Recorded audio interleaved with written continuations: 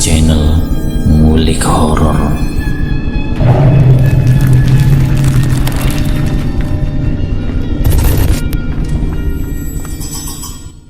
Assalamualaikum warahmatullahi wabarakatuh.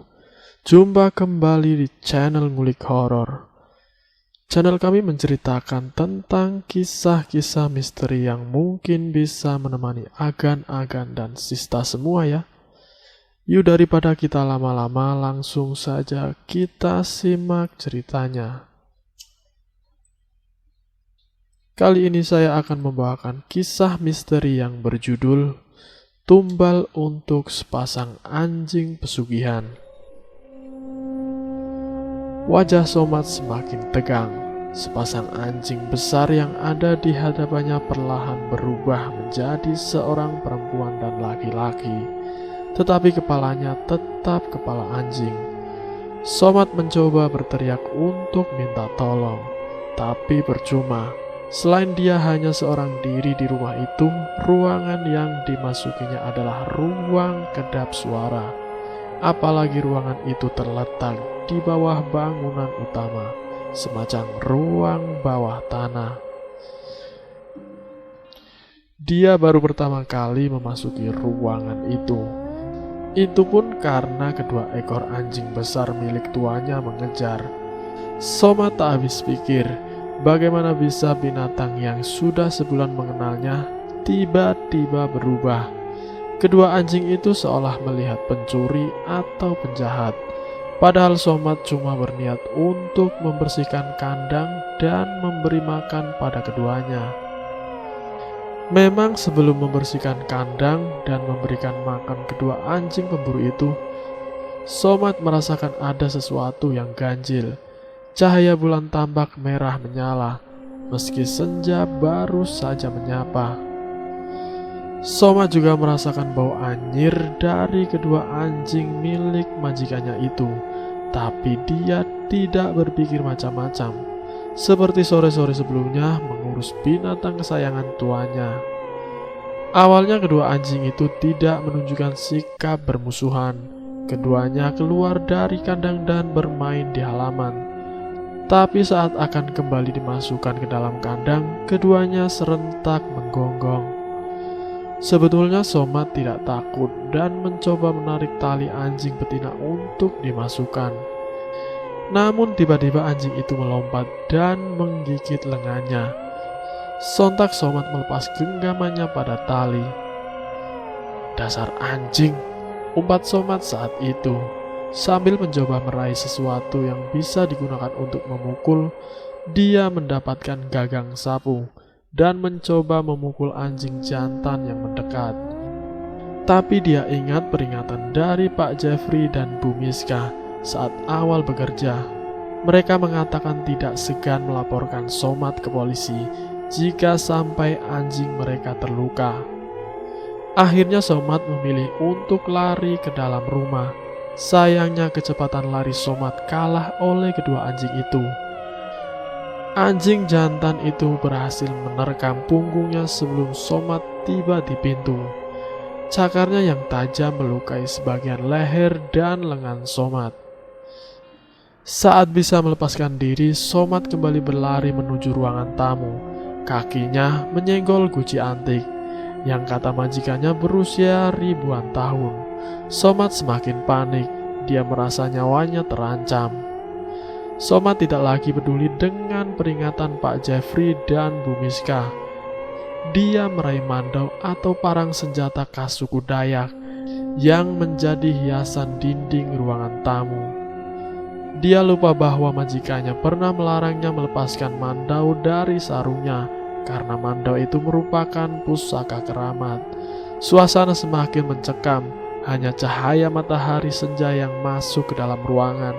Somad lupa menyalakan lampu. Dalam genggamannya, mandau berwarna hitam kelam itu seperti mengeluarkan pendar cahaya yang juga berwarna kelam. Sepasang anjing itu mundur, kemudian anjing jantan berjalan ke kanan. Saat ini posisinya berada di tengah. Kedua anjing itu menggonggong, lalu si anjing jantan seolah akan menerkamnya. Spontan Somad menebas ke arah kanan, tapi ternyata itu jebakan. Anjing betina yang sangat cepat menerkamnya saat dia lengah. Anjing betina dengan cepat menerkamnya saat dia lengah. Gigitan anjing betina membuatnya melepas gagang mandau dari genggamannya. Somad mencoba lari ke loteng, tapi anjing jantan sudah menjegatnya di tangga. Sepertinya kedua anjing sengaja menggiringnya ke ruangan bawah tanah. Ruangan ini cukup mampu membuat merinding orang yang masuk. Selain cahaya lampu yang temaram, pada dinding ruangan berukuran sekitar 4x5 meter itu terdapat beberapa lukisan dan foto kuno. Salah satunya adalah lukisan dua manusia berkepala anjing, tubuhnya berbulu, dengan punggung sedikit bungkuk dan mata berwarna kuning menyala. Keduanya memang seorang pria yang bersimbah darah. Pada sudut ruangan, tepatnya di sebelah kiri pintu masuk, terdapat satu peti mati berisi tengkorak. Di sampingnya di atas meja yang terbuat dari marmer, beberapa toples besar berisi kepala manusia yang tenggelam dalam cairan. Sepertinya itu cairan pengawet. Kedua anjing yang sudah menjelma menjadi makhluk mengerikan itu menggiring Somad menuju sisi ruangan yang terdapat semacam tempat persembahan dengan pedupaan di pinggirnya. Somad mengambil sebilah tombak yang ada di situ, namun tenaga kedua makhluk itu lebih kuat.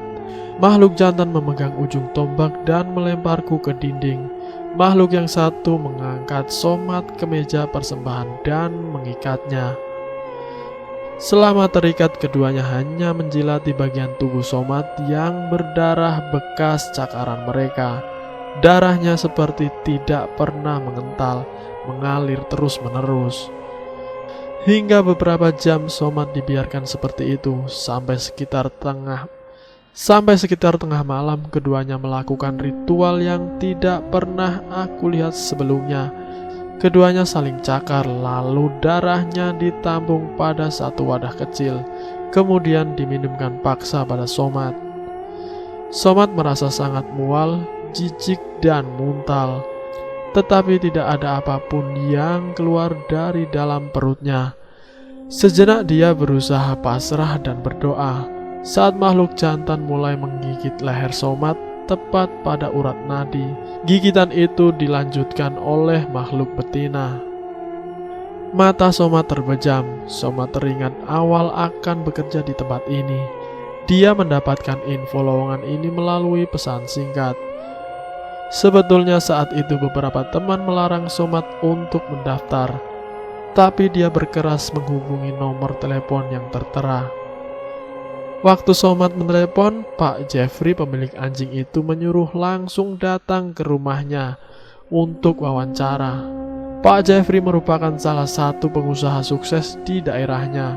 Somad sedikit heran saat mengetahui pekerjaan yang ditawarkan. Hanya mengurus 2 ekor anjing, kata dia. Pengurus anjing yang sebelumnya keluar karena pulang kampung. Pernah secara tak sengaja Somad mendengar pembicaraan antara Pak Jeffrey dan Bu Miska. Mereka membicarakan tentang korban baru, tapi Somad tidak terlalu jelas mendengarnya. Beberapa tetangga juga pernah berbicara pada Somad bahwa tidak ada pengurus anjing yang betah tinggal di situ. Setiap bulan keluarga itu selalu berganti pengurus anjing, dan Jeffrey selalu mengatakan mereka pulang kampung. Dulu pernah ada anjing yang meninggal, Mas. Sampai masuk di TV, polisi sempat datang dan anjingnya dikarantina. Tapi katanya anjing itu menghilang di sana. Ternyata sudah ada di sini lagi. Seorang tetangga Jeffrey mengisahkan. Kini Somad sadar ternyata para pengurus anjing itu dijadikan tumbal oleh keluarga Jeffrey. Kedua anjing tersebut sebetulnya bukan anjing biasa. Mereka adalah siluman pesugihan yang dipelihara.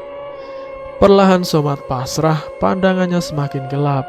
Lalu dia mendengar suara Jeffrey bercakap dengan Miska. Ini tumbal yang ke-40. Sampai kapan kita akan lakukan ini, Mas? Tanya Miska. kita akan lakukan terus. Toh kita semakin tenar dan kekayaan kita terus bertambah. Kalau kita berhenti, kita yang akan jadi tumbal selanjutnya. Aku sudah mengirim SMS random lagi untuk menerima pengurus anjing, jawab Jeffrey. Suara nada dering ponsel milik Jeffrey terdengar. Ya, malam mbak. Ya benar, kami buka lowongan. Gajinya tinggi loh, 6 juta per bulan. Separuhnya dibayar di depan ya.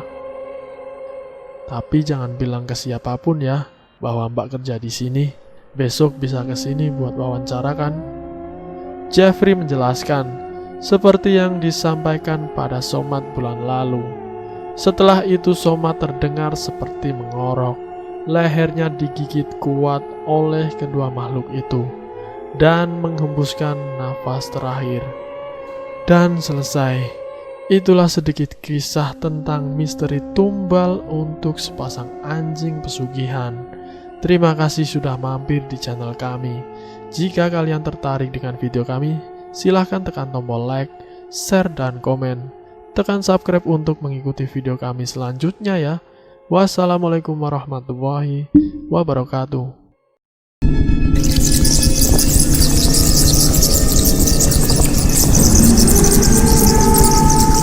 Selamat datang di channel Ngulik Horor.